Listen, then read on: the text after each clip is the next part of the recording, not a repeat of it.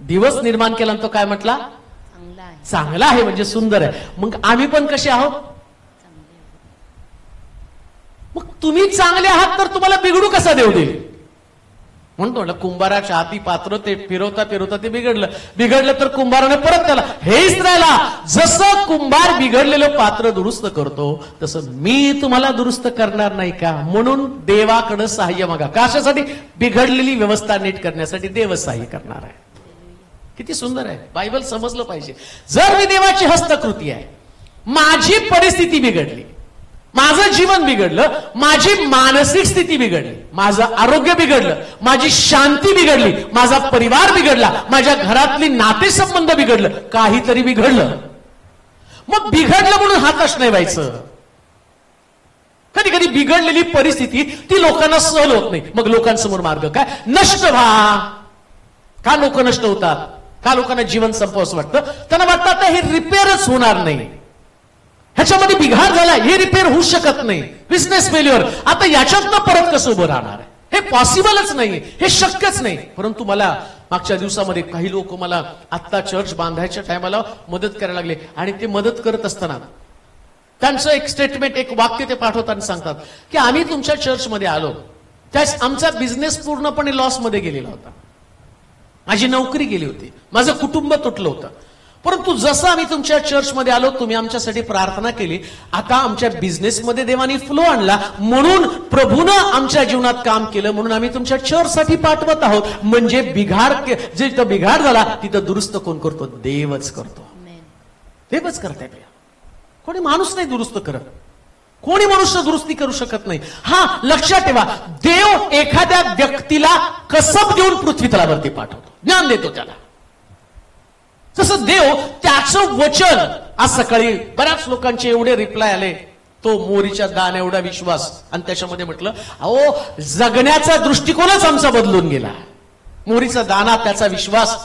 काही फॉरेन वरून सुद्धा त्यांनी पाठवलं, आणि मी बघितलं फ्रान्स, इकडून तिकडून लोकांचे, मी त्याच्यात लिहित असतो कोणाचा कोण व्यक्ती, त्याच्या व्यक्ती. कॅनडा, मग त्यांचं sister, Canada sister, France sister, Kenya sister, त्यांचं नाव लिहायचं आणि त्याच्या पुढे, आणि मग ते वेगवेगळ्या देशातनं ते मेसेज यायला लागले.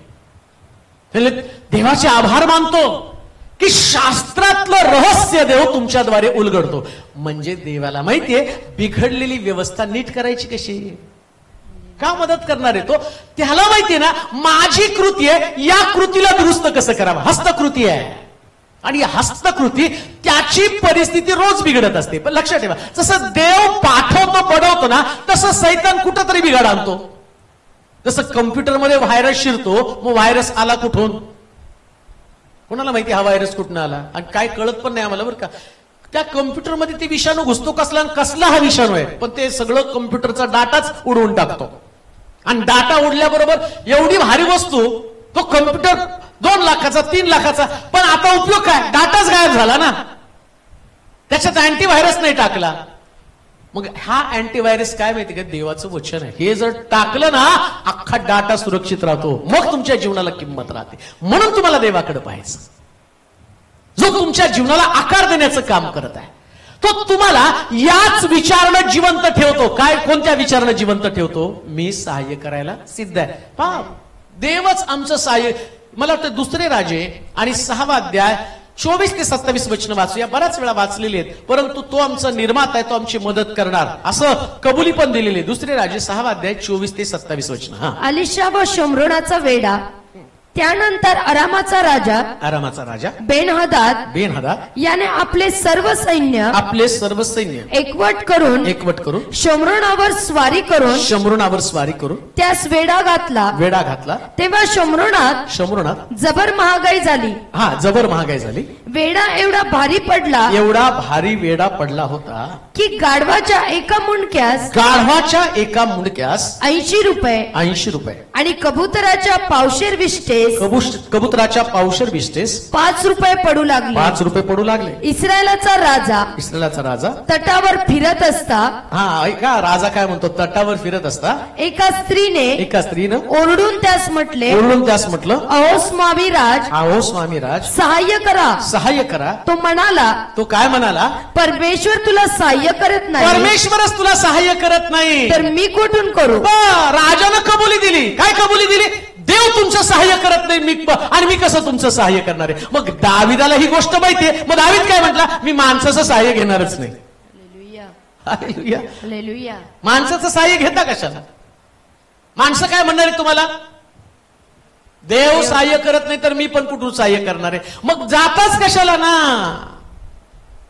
आलिशा येऊन तिथं म्हटलंच ना, आलिशा येणारच होता आणि आलिशाने काय म्हटलं येऊन बघा बरं.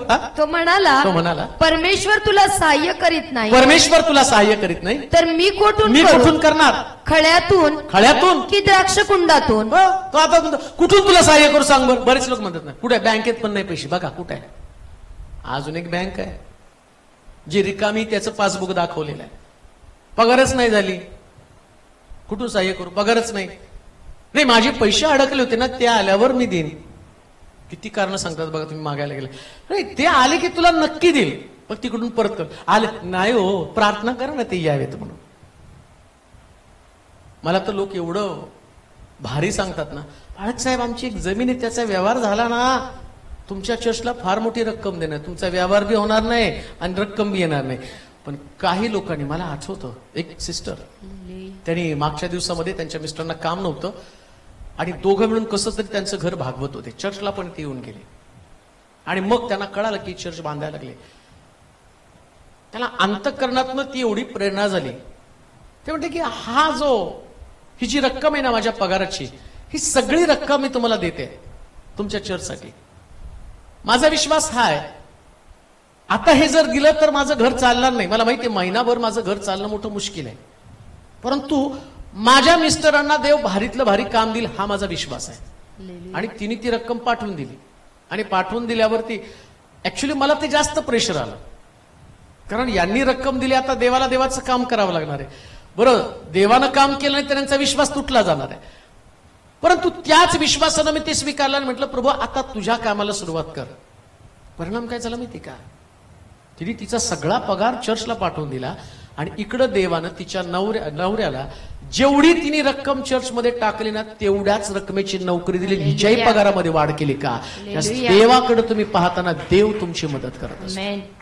खळ्यातनं कुठून मदत करणार? खळ्यातनं का द्राक्ष कुंडामध्ये? द्राक्ष कुंड किंवा खळ तुमची मदत करणार नाही, पण आकाश आणि पृथ्वीचा निर्माण करता देव तुमची मदत 100% करणार, 100%. म्हणून देव ही संकल्पना ज्यावेळेस तुमच्या डोक्यामध्ये येते ना, त्यास तुम्ही तुमच्या उपलब्ध गोष्टीकडे, जसं त्या राजानं खळ्याकडे पण पाहिलं, द्राक्ष कुंडाकडे पाहिलं, आणि द्राक्ष कुंड पण रिकामा होता आणि खळा पण रिकाम होतं, पण देवाचं भांडार कुठं रिकाम आहे हो. आणि देवाचं वैशिष्ट्य काय माहिती का? देव संपलं तरी रोज निर्माण करतो बरं का. आम्हाला संपल्यावर निर्माण करता येत नाही. सर्व्हिस संपली, तुमची सर्व्हिस संपली की जेवढा तुमचा पगार, त्या पगाराची 40% 30% तुम्हाला पेन्शन. 1 लाख पगार घेऊन तुम्ही रिटायर झाला, 30,000 पेन्शन तुम्हाला बसणार, 40,000 पेन्शन बसणार. 1 लाख देईल का तिथं? पण देवाची निर्मिती जी आहे ना, ती सर्व्हिस संपल्यावर पण तुम्हाला तेवढं देऊ शकतो. ही देवाची निर्मिती आहे, क्रिएशन आहे. जसं काना गावा, बरं निर्मिती पण इतकी सुंदर आहे ना, काना गावातला द्राक्षरस संपल्यावर देवानं नवा द्राक्ष निर्माण केला तर तो पहिल्यापेक्षा भारी होता. म्हणून देवाच्या निर्मितीकडे लक्ष ठेवा, तुमच्या उपलब्ध गोष्टीकडे पाहू नका. खळ्यात न देऊ का द्राक्ष कुंडात न देऊ, लोक तुम्हाला इथंच दाखवणार खळं रिकामं, द्राक्ष कुंड रिकामं आहे. म्हणून देवाकडे पहा. आता तिथं पण मोठा प्रश्न, काना गावात द्राक्षरस संपला, मग त्यांनी म्हटलं पाहिजे आता कुठून द्राक्ष आणावेत, कधी फिरवावेत, कधी त्याचं रस करावा, मिक्सर चालू आहे का, लाईट गेले का, कसं बनवावं. परंतु येशू म्हटला काही करू नका, दगडी रांजण पाण्यानं काठोकाठ भरा, मी येतो बरोबर करतो. आणि त्यानं पाण्यापासून द्राक्षरस निर्माण केला. तो द्राक्षरस एवढा चवदार होता की अख्ख्या लग्नामध्ये त्या द्राक्षरसाची चर्चा होती, ज्या द्राक्षरसासाठी प्रभूनं सहाय्य केलं होतं. म्हणजे आज तुमची मदत देव करेल ना, ते एवढा चर्चेचा विषय होईल ना, लोक तुम्हाला विचारतील अरे संपलेलं एवढं सुंदर निर्माण झालं कसं? त्यास तुम्ही त्याला सांगाल अरे तू मदत केली नाही, पण देवानं मदत केली. म्हणून मरियाकडे गेले, त्यास मरिया म्हटली मला काही जमणार नाही. मग येशूकडे ती म्हटली हे जे सांगेल ते करा. येशूनं जे सांगितलं ते केलं. आता लोक मरियाला विसरले, त्याने येशूचं नाव घ्यायला असं लिहिलं. तिथून काना गावात येशूनं चमत्कार केला आणि तिथून पुढे लोकांचा गर्दीची गर्दी येशूच्या मागं. आणि लोक येशूला का शोधत होते, अरे काना गावातलं द्राक्षरस तू पिला का, लय भारी होता तो. कुणी बनवला? येशूनं. हालेलुया. चला त्या येशूकडे. द्राक्षरस बनवतो खूप भारी, आपले सगळं विस्कळलेली अवस्था तो नीट करणार आहे, ही जी ताकद ती येशूमध्ये आहे. म्हणून निर्माता जो आहे त्या निर्मात्याकडे वळा. आमेन. इकडे तिकडे शोधून बसू नका. कधी कधी आम्ही चुकीचे मेकॅनिक शोधतो आणि ते आल्यावर वाढवून ठेवतात, मग सांगतात त्यांना बोलवा आता.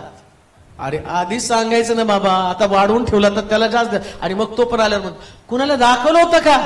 तो मेकॅनिक बघा, गॅसवाला सुद्धा तुमचा गॅस कोणीतरी उघडला होता, सिलेंडर बरोबर ओळखतो तो. टीव्ही टाका, कसं काय ओळखतो? वास्तव तो टीव्ही उघडलेला होता. कुणी उघडला होता? आमच्याच घरात दुरुस्त करायला आमच्या मेकॅनिकला सांगितलं, तरी वाढवून ठेवलं. मग तो म्हणतो हे नाही, हे सगळे पार्ट उडून ठेवले. सगळे पार्ट उडवण्याच्या ऐवजी मेकॅनिक कडे जा. हालेलुया. तो निर्माता आहे, त्याला सगळं माहिती आहे. एक एक गोष्ट घालून बसू नका, सगळं त्याला माहिती. तिसरी गोष्ट वाचूया तिसऱ्या वचनामध्ये. हा, तो तुझा पाय तो तुझा पाय कदापि डळू देत नाही. वा, का तुम्हाला दृष्टी येशूकडे किंवा देवाकडे लावायची? या जगामध्ये राहत असताना लक्षात ठेवा, दलदल सगळीकडे असणार आहे आणि तुम्ही दलदलीमध्ये अडकणारच आहे.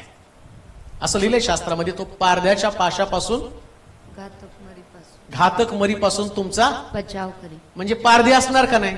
गाळ असणार का नाही?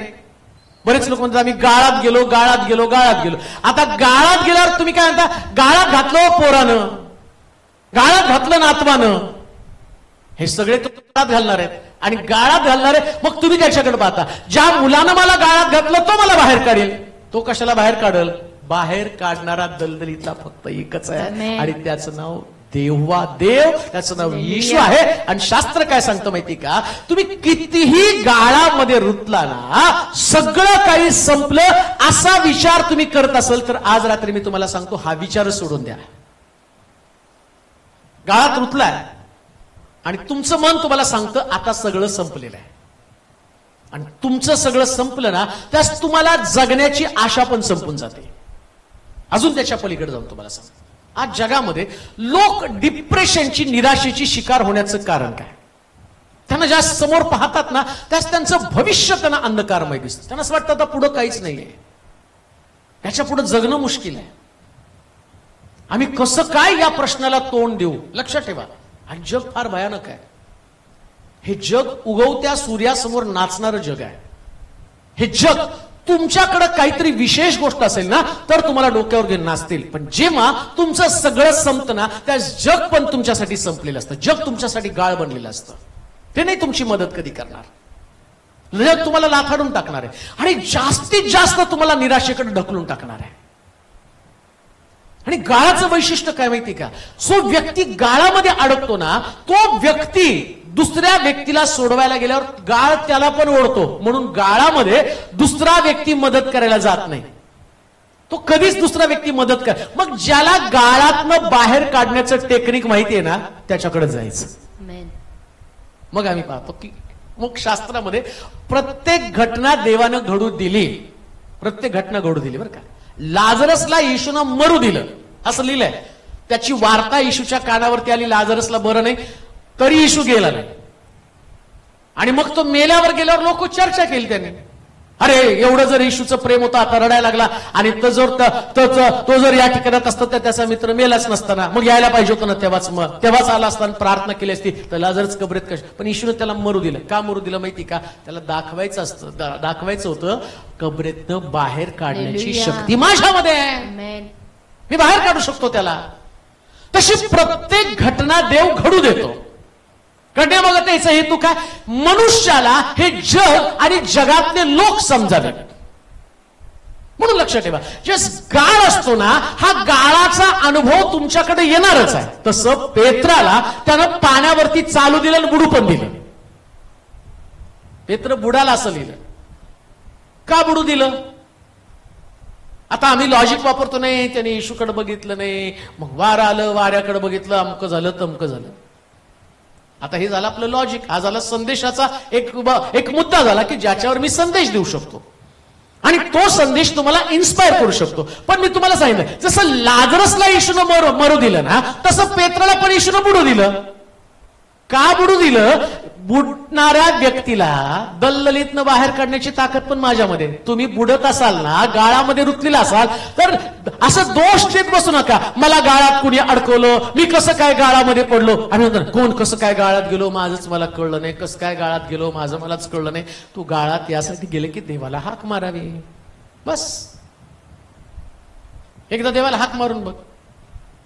आणि नुसतं देव गाळातनं काढत नाही, तर असं लिहिलं की तो गाळातनं काढतो आणि त्याची पावलं स्थिर करतो. वाचा बरोबर वचन. हा?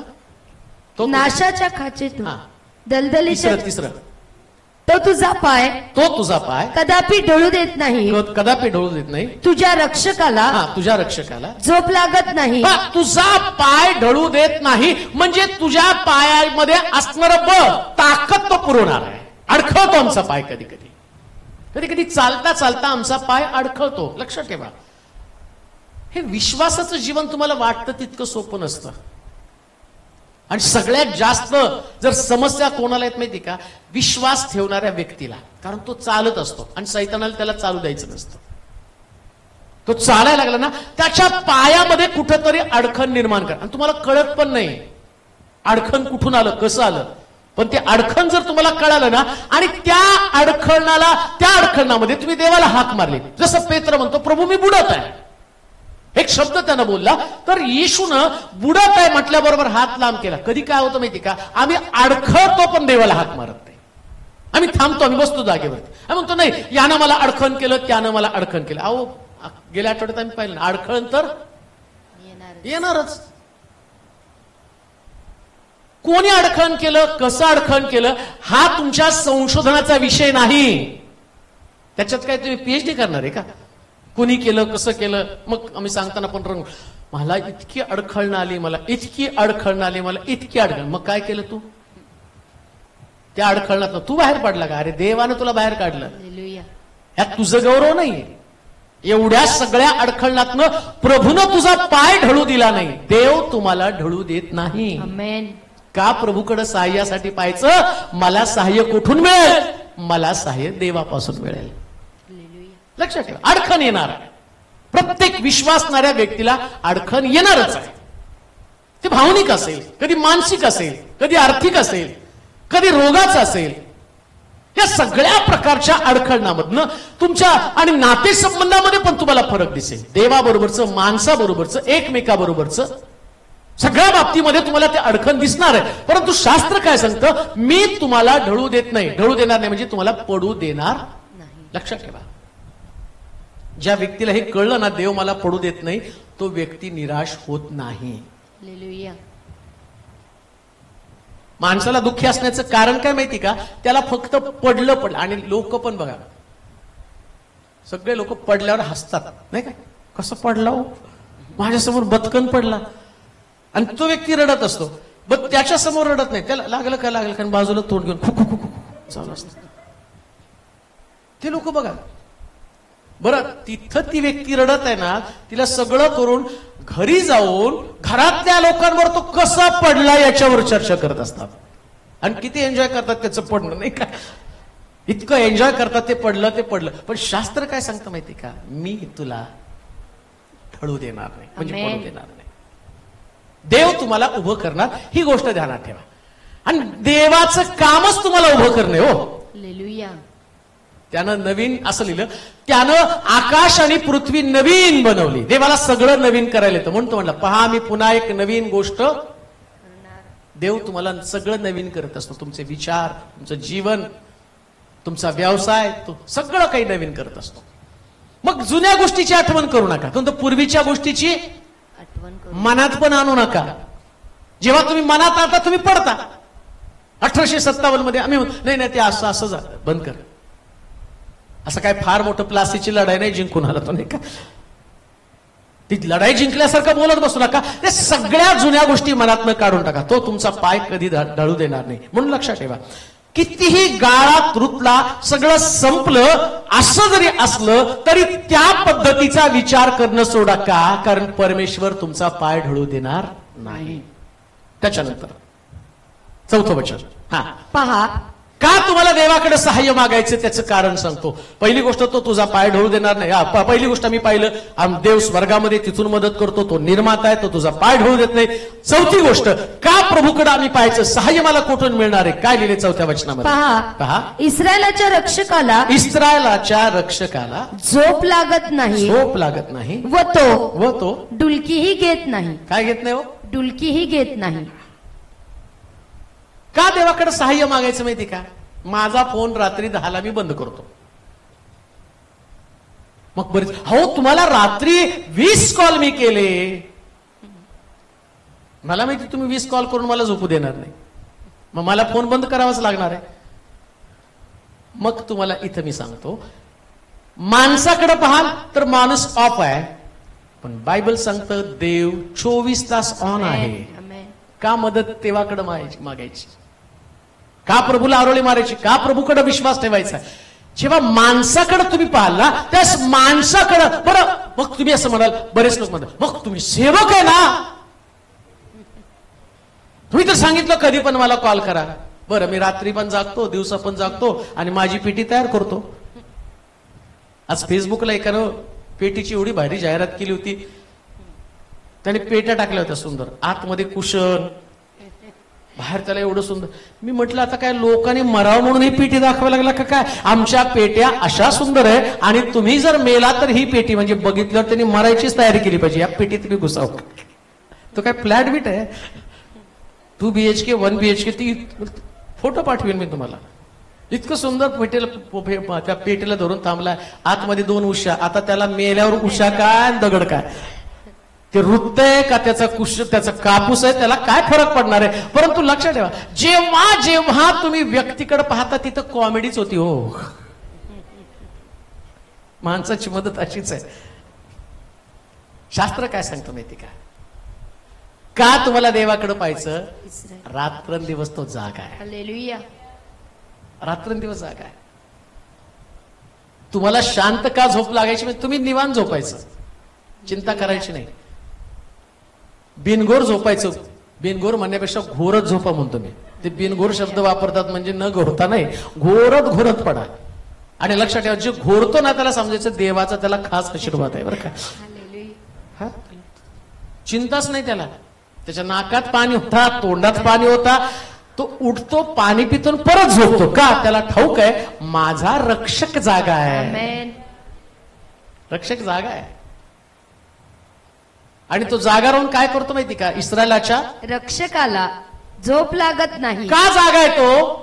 कारण तो तुमचा रक्षक आहे. तो तुमचा वॉचमन आहे. तो तुमचा पुरवठा करणार आहे. तुम्हाला काय लागतं ते देणारा देव आहे. आणि का माहिती का देवाला जागा राहतं? असं म्हटलं, दिवसा सूर्याची रात्री चंद्राची तुला बाधा होणार नाही. म्हणजे देव जागा का राहतो?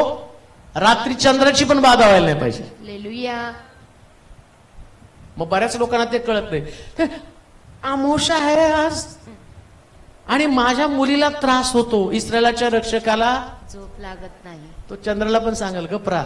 हालेलुया. म्हणून खालच्या वचनात त्यांनी लिहिले, काय लिहिले वाचा बरं. परमेश्वर तुझा रक्षक आहे. 6व्या वचनामध्ये दिवसा सूर्याची व रात्री चंद्राची तुला बाधा होणार नाही. म्हणजे सूर्य आणि चंद्र काय करतं तुम्हाला? बाधा.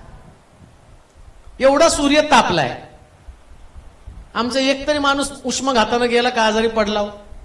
तिकडे देवाने सांगितलं आग ओक, एकाचंही नुकसान करायचं नाही. सूर्य फडफड करतो. ते शिलोच्या लोकांना बघताना म्हणतो फार इच्छा आहे तुम्हाला भस्म करायची, फार इच्छा आहे तुमच्यात काहीतरी करण्याची, पण देव सांगतो गपचूप, या लोकांना हात लावू नकोस.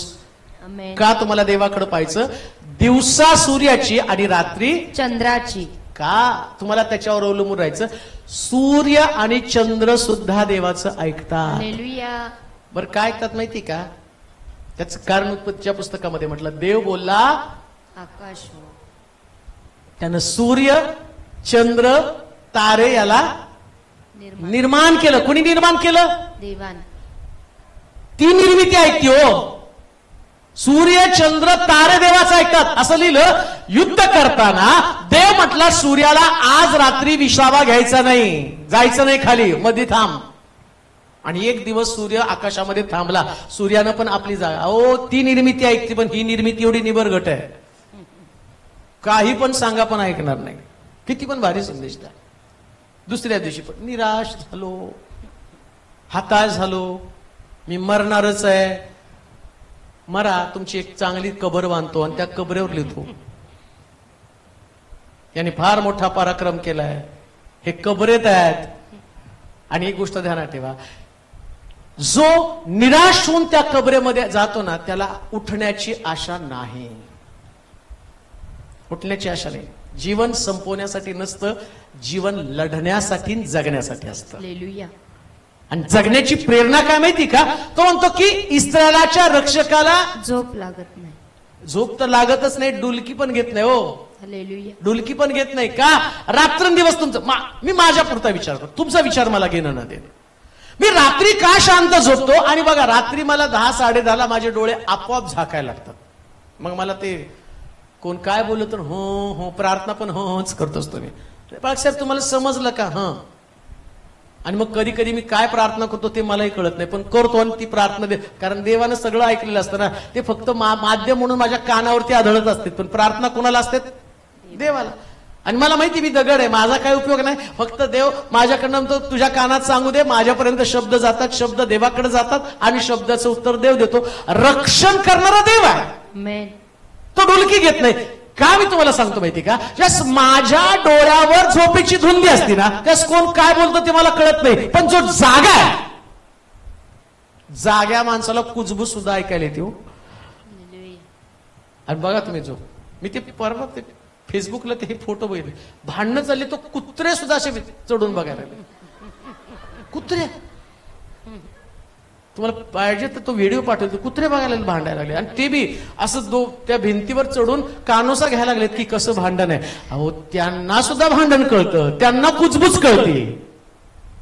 ज्यानं विश्व निर्माण केलं तो देव जागा असतो. लक्षात ठेवा, तुमच्या मनामध्ये काय चर्चा आहे, काय तुमची गरज आहे, ती गरज त्याला ठाऊक असते. का देवाला सहाय्य मागायचं याच्याविषयी मी तुम्हाला सांगत आहे. का त्याला झोपच लागत नाही, हालेलुया. रात्रंदिवस जागा. कशासाठी जागा? तुम्ही मनात पण विचार केला तर रात्री झोपताना कुणाला बोलू नका, रात्री झोपतानाच म्हणायचं उद्या, मनातच म्हणायचं, सांगायचं नाही कोणाला. त्या तुमच्या मनातल्या सगळ्या गोष्टी देव जाणतो. आमेन. आणि एक गोष्ट लक्षात ठेवा, कधी कधी तुम्ही म्हणता मला मनात वाटलं हे असं व्हायला पाहिजे, तेच घडलं. हालेलुया. देवाने तुमचं मन जाणलं, देवाला तुमची गरज ठाऊक होती, देवाला माहिती होतं तुम्हाला काय पाहिजे, कसं पाहिजे, कशा पद्धतीने तुम्हाला द्यायचं, देव कशा पद्धतीने तुमचा पुरवठा करणार आहे. तुमच्या पुरवठ्यासाठी तुम्हाला देवाकडे पाहायचं. का देवाकडे पाहायचं? माणसाकडे का पाहायचं नाही? माणूस रात्री झोपतो, आणि का झोपतो? त्याच्याकडे शक्ती नाही म्हणून तो झोपतो. देवानं तुम्हाला जी बॉडी दिली ना, ही बॉडी झोपायचीच बॉडी दिलेली आहे, ही तुम्हाला जागा राहण्याची बॉडी नाही दिलेली.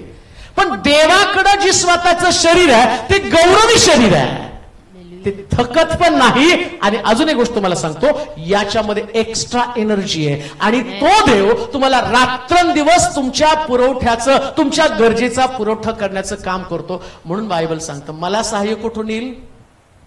का देवाकडे सहाय्य तुम्हाला 100% असणार आहे? कारण देव रात्रंदिवस जागा राहतो. जागा राहतो म्हणजे काय करतो नेमकं? तुमच्या सगळ्या गोष्टीची तरतूद रात्री करून ठेवतो. हालेलुया. माझ्या घरातली जी पद्धत आहे, आमच्या रात्री झोपताना किती पण काय होत्या, ती एक सूरजने दिलेली चांदीची, तुम्ही काय प्यायला दिला होता चांदीचा, त्याच्यामध्ये पाणी घालती, त्याच्यात बदाम घालती आणि ती भिजवत, तिची रोजची पद्धत आहे. मग ते दुधाचं भांड काढून ठेवायचं आणि मग जाऊन झोपती की दूधवाला आलं, मग सकाळी उठल्यावर ते बदाम खायचे, मग दुधाचं भांड घ्यायचं, दुधाचं भांड तिथं दूध बरोबर तिथं नेऊन ठेवायचं. म्हणजे रात्री मी ती सगळी प्रोव्हिजन करते का नाही? मग देव रात्री जागा राहतो म्हणजे तुमची सगळी प्रोव्हिजन रात्री करून ठेवत असतो तो. हालेलुया. का झोपायचं शांत? का देवावरती अवलंबून राहायचं? रात्री सगळी प्रोव्हिजन करत आहे, तुम्ही निवांत झोपायचं. मुळामध्ये लोकांना झोप का येत नाही का? त्यांना उद्याची तरतूद कशी करावी ही चिंता लागून राहिलेली आहे. आणि जो व्यक्ती अशी चिंता करतो, देव त्याचा पुरवठा करत नाही. जो व्यक्ती देवावरती अवलंबून राहतो, मी आपली दृष्टी पर्वताकडे लावतो, मला सहाय्य कुठून मिळेल? तिथं दावीद म्हणतो मला सहाय्य आकाश आणि पृथ्वीचा निर्माण करता. पृथ्वीचा पण निर्माण करता कोण आहे? परमेश्वर. मग जर पृथ्वी देवानं निर्माण केली तर पृथ्वीवरची प्रत्येक गोष्ट कोणाच्या मालकीची आहे? परमेश्वर. देवाच्या मालकीची आहे. मग देण्याचा अधिकार पण कोणाला आहे? मग कुणाला मागायचं? देवाला मागा ना. तुम्ही माणसाला मागता म्हणून तुम्ही हताश होता, पण जास्त तुम्ही देवाला मागता. देवाचं देणं जे आहे ना ते हलवून हलवून देणं आहे बरं का. पुन्हा मी तुम्हाला सांगतो, माणसाचं देणं तुमच्या कुवतीवर आहे. मला जर कोणतरी आलं आणि त्यांनी म्हटलं ना, पालक साहेब एक 5 लाख रुपये उसने द्या, पहिले मी बघा 5,000 पगार आहे, 5,000 पगार ते माझी फेडणार कधी? म्हणजे माझ्याकडे नाही बरं का, ना ते इथलं मागायला 5 लाख रुपये.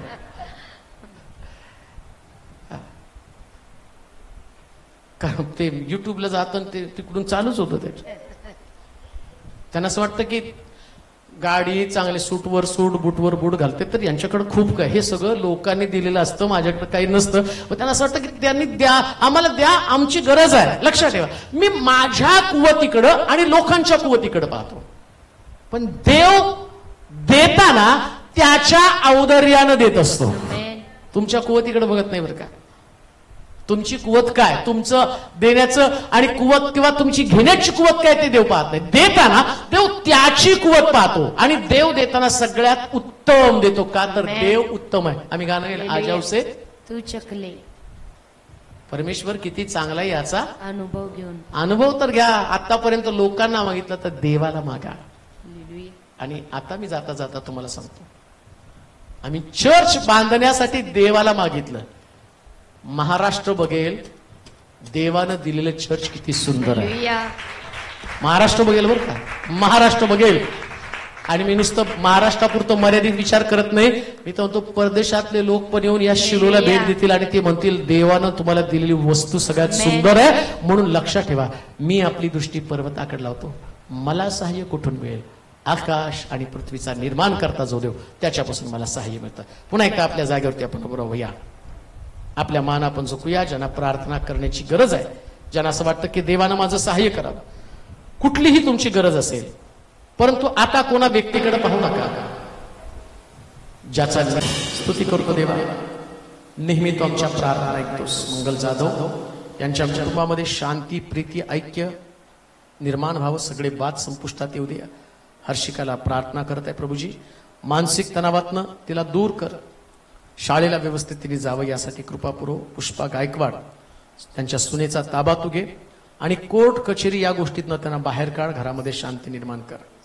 त्याचप्रमाणे सुनीता लांजेकर यांच्यासाठी मागत आहोत, जे पैसे घेतले ते परत द्यावेत. महेश यांचं तारण व्हावं, परिवर्तन व्हावं असं होऊ दे. सपना खटावकर यांच्या पतीचं देखील तारण व्हावं आणि पतीनं त्यांना घ्यायला यावं, घटस्फोट टळला जावा असं होते प्रभूजी. विजय राजश्री यांची देखील भांडणं दूर व्हावेत, घरातल्या जबाबदाऱ्या पार पाडाव्यात असं होते. शैला साठे कॅन्सरमधनं संपूर्ण सुटका त्यांची कर. माधवी जॉर्ज यांची कॅन्सरपासून सुटका कर. अनुजा देशमुख त्यांच्या विवाहाचा प्रश्न सुटला जाऊ दे. अमित जो दारूच्या व्यसनामध्ये अडकलेला अमित देशमुख, त्याला देखील त्यातनं बाहेर काढ. प्रवीणसाठी प्रार्थना करत आहोत, हॉटेल चालू करण्यासाठी देवा तू शक्ती ताकद त्यांना पुरव. व्यंकटेश यांच्यासाठी मागत आहोत, पायाची नस काम करत नाही तर त्याला तू स्पर्श कर. समर्थला जे त्याचं पायाचं ऑपरेशन आहे ते कॅन्सल होऊन जाऊ दे. त्याचप्रमाणे ब्रदर श्याम चांदेकर यांच्या सासूला देखील तू आरोग्य दे. सिस्टर अफजेन यांच्यासाठी मागतो, त्यांच्या पतीला तू आरोग्य दे. प्रभूजी या सगळ्यांसाठी तू आमच्या केलेल्या प्रार्थना ऐकत आहे. मनोरमा यांना शाळेतून कमी करू नयेत यासाठी अधिकाऱ्यांचं मन बदल. ज्ञानेश्वर कदम यांच्या गालावरती जी गाठ आहे ती गाठ पण नष्ट होऊन जाऊ दे, झालेली हा आमचा विश्वास आहे. त्याचप्रमाणे या क्षणाला हुंदिने यांच्यासाठी प्रार्थना करत आहोत, पोटातील गाठीचा रिपोर्ट नॉर्मल यावा. त्याचप्रमाणे वली यांच्यासाठी मागत आहोत, जे अनेक आजार त्यांच्यामध्ये ऍडमिट आहेत त्यातून त्यांना सुटका दे. सागर शिंदे यांचं तुटलेलं कुटुंब एकत्र यावं, दारूच्या व्यसनातनं त्यांची सुटका व्हावी. सुवर्णा शिंदे सातारा यांच्या मुलीचं लग्न जमावं, प्रॉपर्टीचे वाद संपावेत. सुषमा पोळ नर्सिंगची परीक्षा त्याच्यामध्ये तिला पास कर. सचिनसाठी मागत आहोत, लवकरात लवकर त्याची सुटका होऊ दे. प्रभूजी या सगळ्या प्रार्थना तू ऐकल्यात, आमचा विश्वास आहे. तुला धन्यवाद देत तुझी स्तुती करत येशूच्या नावात ही प्रार्थना विनवणी म्हणून तो ऐक. आमेन. आपण पाहत आहात जीसस इंडिया टीव्ही चॅनल, जे देवाकडून आहे, चॅनल जे स्वार्थ गाजवतं, चॅनल जे लोकांचे जीवन परिवर्तन करतं. पाहत रहा, लाईक करा, शेअर करा आणि सबस्क्राईब करा. या सेवा कार्याला अजून वाढवण्यासाठी तुम्ही हातभार लावू शकता व आम्हाला तुमची आर्थिक मदत करू शकता. ऑनलाईन पेमेंटसाठी खाली दिलेल्या QR कोडला स्कॅन करून आपलं दान देऊ शकता.